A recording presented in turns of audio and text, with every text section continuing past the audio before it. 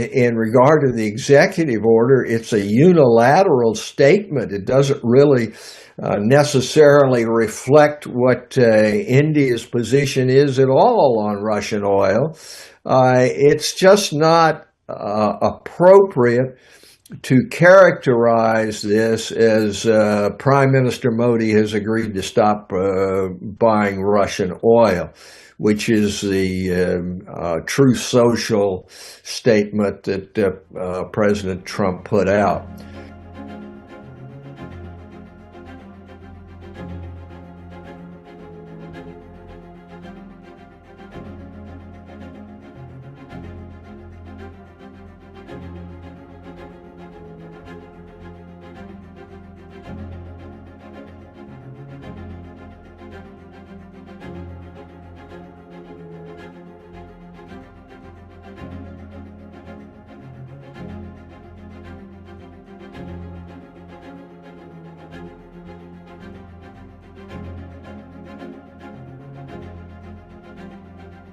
Not directly with me, because that's being handled by Commerce and Industries Minister Piyush Goyal. So what we have is, the Prime Minister and the President had their conversation.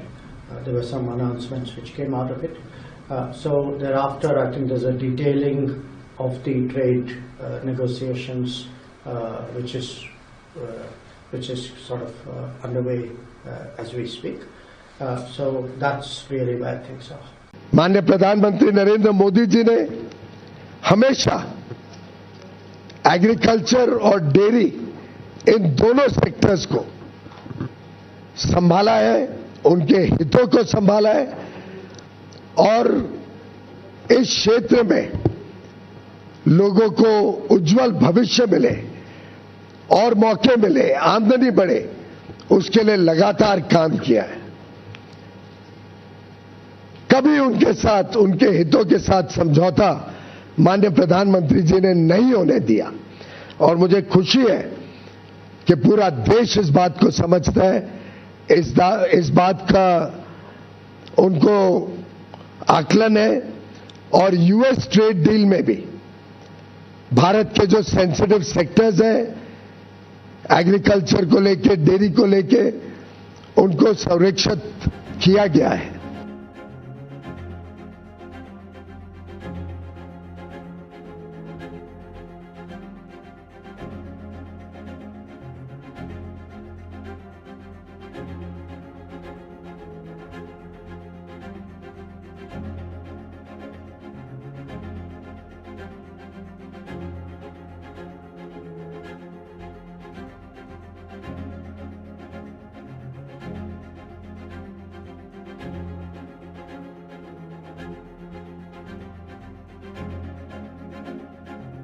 A very good relationship. India committed to not only no longer purchasing Russian oil, but buying oil from the United States, also perhaps from Venezuela too, which we know will now have a direct benefit on the United States and the American people. And in addition to that, Prime Minister Modi committed to $500 billion of investments into the United States, including for transportation, for energy, and for agricultural products as well. So this is another great trade deal.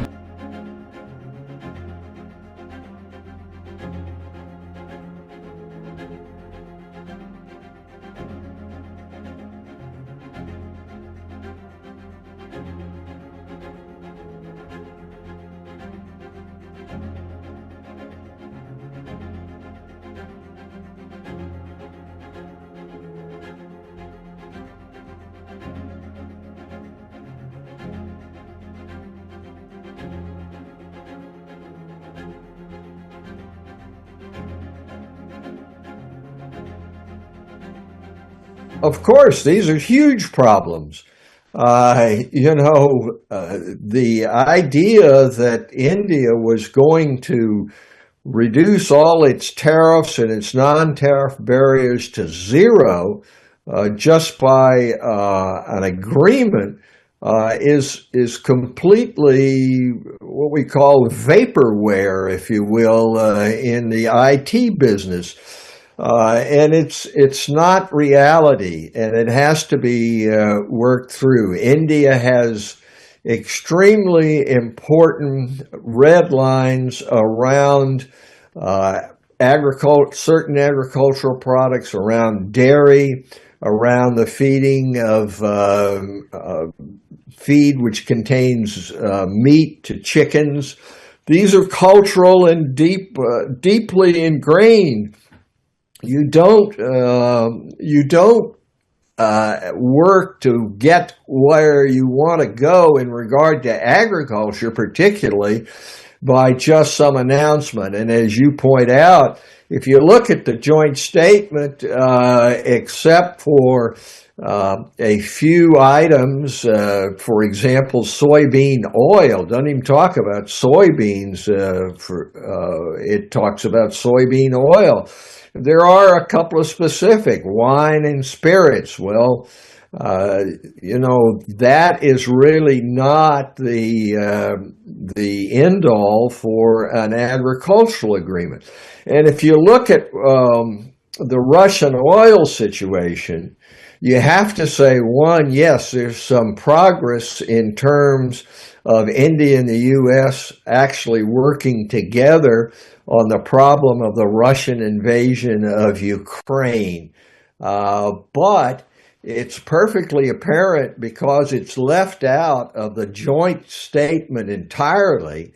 And in regard to the executive order, it's a unilateral statement. It doesn't really necessarily reflect what India's position is at all on Russian oil. It's just not appropriate to characterize this as Prime Minister Modi has agreed to stop buying Russian oil, which is the true social statement that President Trump put out. I would emphasize that we should not be too pessimistic about it, because for really the first time, and I think really under the impetus of the trade agreement with the EU, the United States and India are talking about wider responsibilities of the two great democracies to bring about peace, to wage peace throughout the world. You can't just attack India on Russian oil and not do anything about China, which is doing it, and you can't do it without with Europe, which had continued to buy natural gas through pipelines. And you can't have a rule for one and another rule for others. So you've got to have a strategy. You've got to have partners. Maybe this moves us toward having that, but it certainly is not that at the present time. And it all goes back to the problem of the Trump administration viewing the relationship between great nations as transactions rather than relations. You can't look at what happens with the U.S. and India as a transaction about Russian oil. You can't look at it as a transaction about what the tariff rate is and then move on to something else. That's not the way in which the world works, and it does not mean that you are building a lasting agreement to support either economic or strategic cooperation.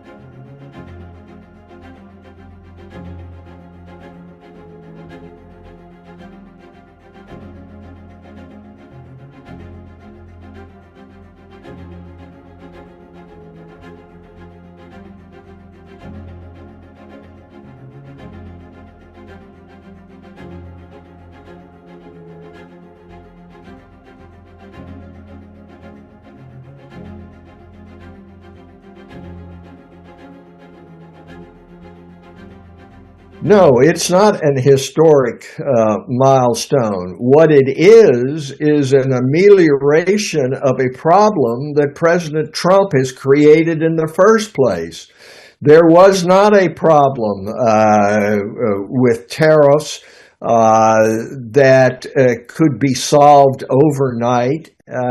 And for President Trump to say, well, we have 50% tariffs out of the blue, really, is extremely unfortunate. And then if you say, well, we've cut the 50% down to 18%, that's not really an historic milestone, except to say that rather than completely destroying the economic engagement between the U.S. and India, we've been able to work around a very serious problem. But as far as opening up a huge new era, the United States-India trade and investment relationship has been on a steady uphill path for the last 30 years. There have been some dips in that, but the trend has been upward. And that trend was sent downward by the imposition first of the so-called reciprocal tariffs, and then the sanction tariff of an additional 25% on top of the 25% reciprocal tariff.